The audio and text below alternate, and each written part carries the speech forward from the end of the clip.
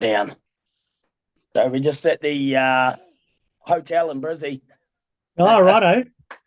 You all set? I like your t-shirt, man. Froth and Was that Fury. was that from this year?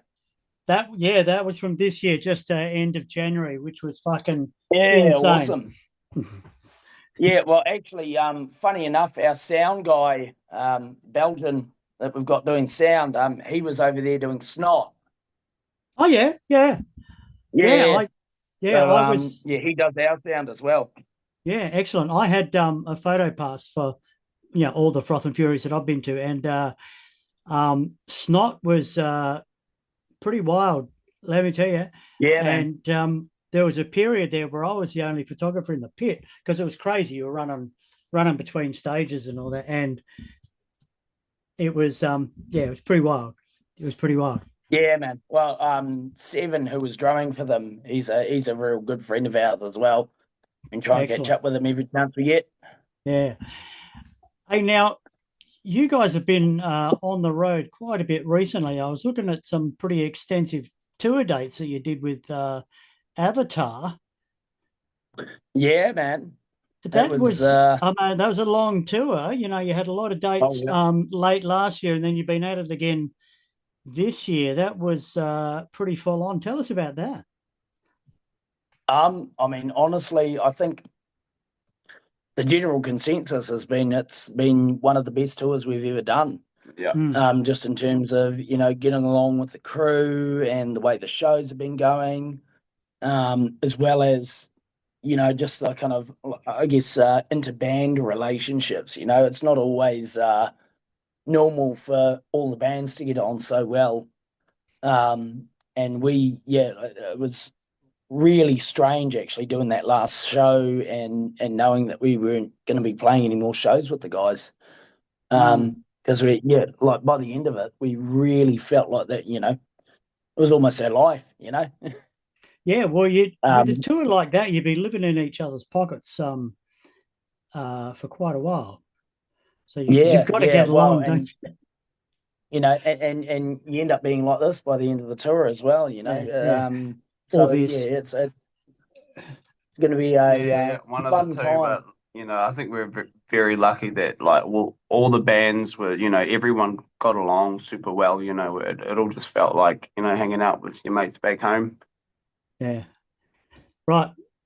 You went back home, as it were, straight after that tour? No, no, No, the tour felt like hanging out with mates from back home.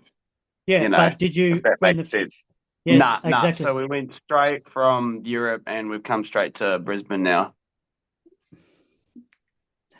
so we're How you here. We're going? waiting. We're ready. You always said to go. How's I mean that sort of touring must be hard on you. Um you would have been doing that tour in I'm assuming in a nightliner bus or something like that.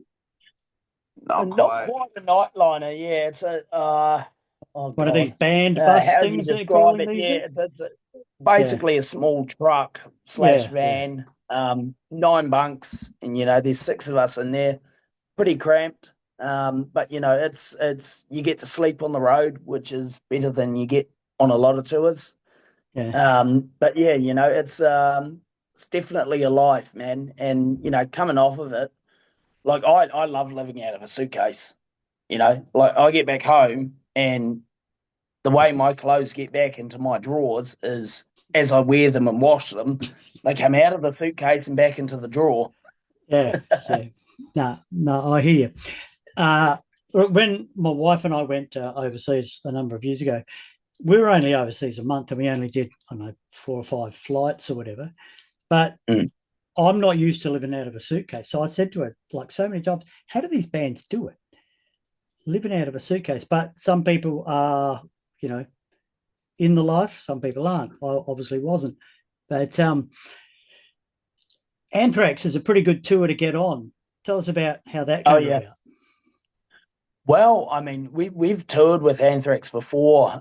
This was a few years back now. We did a tour with them in Europe in 2019, and that went pretty solidly, I would say. And we got to know the guys. And now that we're I guess a little more established where, in that kind of main, well, only support slot now, in Aussie. Plus, it's going to be really good to have some of these shows where, we haven't played here in a while, so a lot of our fans are going to be able to come out and really, see us for the first time in quite a bit. Have you been here since the Froth and Fury gig you did? No. So the last time we were in Aussie was Froth and Fury, which was, almost 2 years ago now. A while ago now. Yeah, something like that, man. Look, musicians, we have absolutely no timeline. I'm like a goldfish. I reckon it was 2023. Yeah, something like that. Yeah, sounds about right. Because Froth and Fury then were down a different venue down in 2024. Yeah. They didn't have one in 2025, and they just had one this year. So, yeah, that would have been 2023. That was a good gig too. So if you were facing the sun, that would have been a bit hard. Well, squinty eyes in the photos, but that's about it. It was a great show. We had a wonderful time. And it's always great playing over here. And like honestly, we can't wait for these shows as well because it's it feels like we really haven't done any sort of proper touring here since before COVID, actually. Yeah, okay. How long a set are you getting? So we're going to be playing 45 minutes. So that means, about 8 songs. Yeah, okay. Give or take.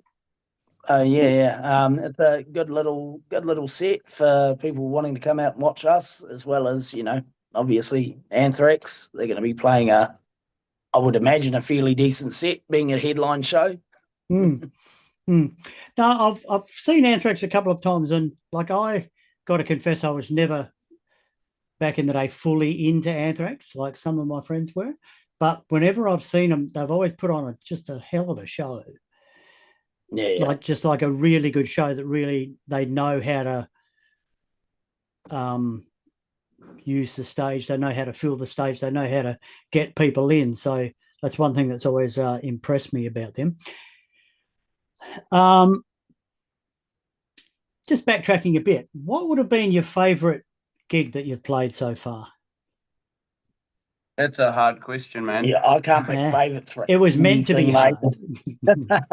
But I mean, I think one of my highlight gigs was playing Paris with Gojira. That was a gig. Hell of a show, man. And 20,000 give or take people at that gig. Huge fucking gig. Gojira, a legendary band. Either that or probably actually that latest set we did, the last set we did at Resurrection Festival, where we actually got to play for, I think, an hour and 15 as the sun set. That nice. was really good. Yeah. Yeah, nice. Those you mentioned the big crowd. You mentioned the big crowd, 20,000. Do you only see a certain part of that and then it's a blur? Yeah, it is like when you do the sound check, you see how big the room is, right? Yeah. But then when you're actually playing, you lock into maybe the first 3 rows, and that's it. And it's like that with a lot of the shows. Whether it's a good show, a bad show, a massive show, or a tiny show, that's what you lock into as a musician, or as what we do. And that's where I get my energy from. The first 3 rows, always going to be going absolutely mental. So, that's where I focus a lot of my energy. Plus, if we're doing Walls of Death and circle pits and stuff, I like looking out and seeing all of that. But yeah, it does become a blur, and it does, when you got 20,000 people in an arena, man, it's a hell of a noise. That's the most that you notice, right? Is between songs, you get the thunderous fucking screaming, as opposed to if you're playing a club of 300 people. Yeah. With the smaller gigs, what's your favourite venue that you've played? Can you narrow one down? Doesn't have, just one that comes to mind. Well, we played a show in Chicago at the end of a tour we did. No, that was in it wasn't Chicago. Oh, It was, not Chicago. It was in Denver, Colorado. Denver, yeah. Yeah. That was cool what, show. 2021, 22, something I like that. so. And yeah. It was maybe 120 cap venue. We would have had like 200 people in there. So like oversold. People were just absolutely wild in there. But yeah, that, and I would say actually when we played at Download in, was it Sydney? Yeah. We played the main stage. That was a good time as well. Really good time.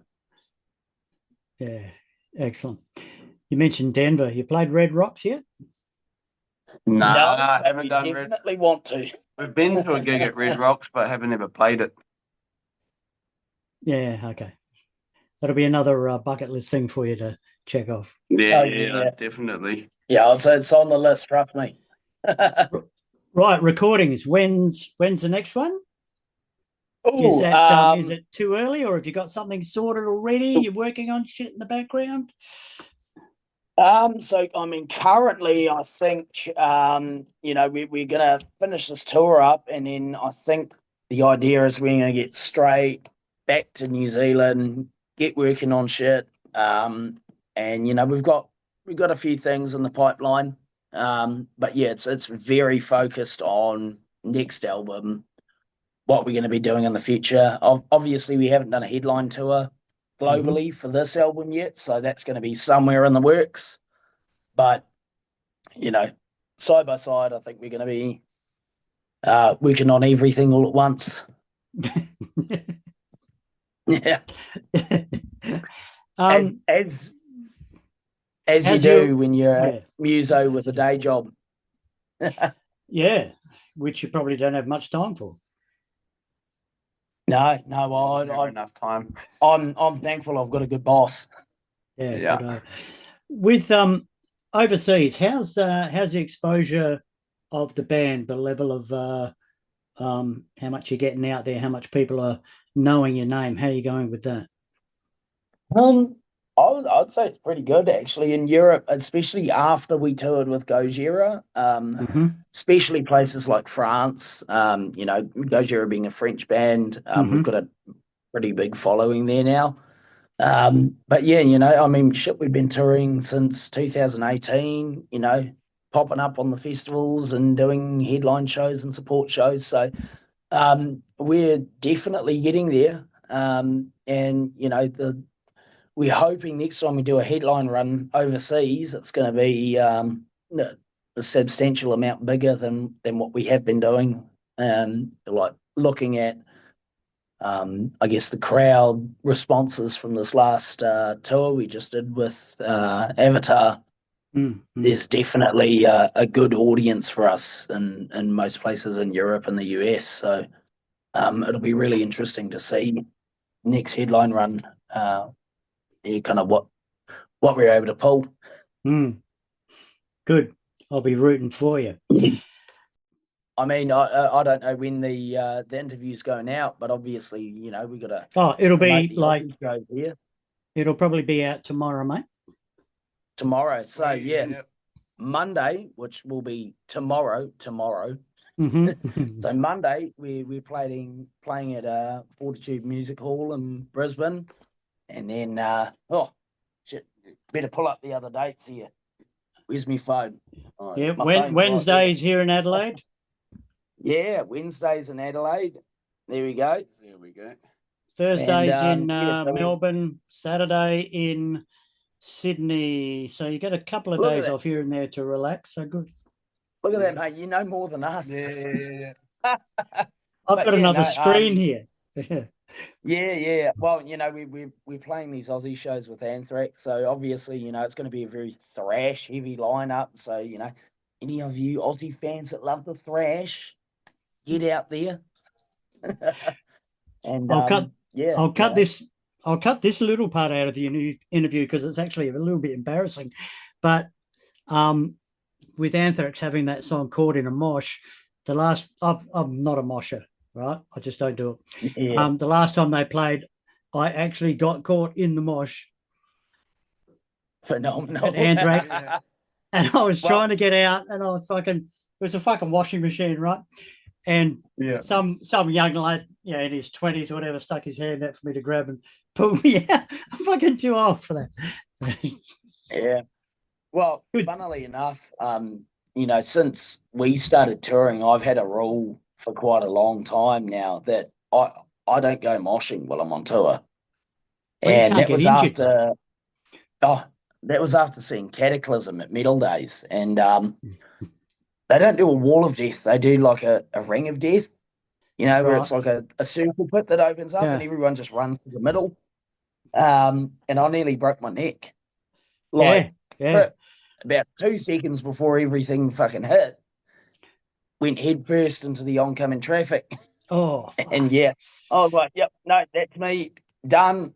I've no more moshing on tour. Almost broken an arm in a mosh pit, like one person running one way, one person running the other, and just pulling it out in time and knowing that if I didn't, it would have fucking gone backwards, You can't play with a broken arm. No, you cannot. Years back, because I'm quite old, I saw Exodus on the Bonded by Blood tour, right, with the original singer Paul Bailoff, and I was supporting Venom in Los Angeles, and that is still the biggest, craziest pit I've ever seen. It was fucking huge. It was a fucking washing machine. People were getting spat out, and people around the outside were picking them up and fucking get back in there, you can't, and throwing them back in, and it was fucking dangerous, man.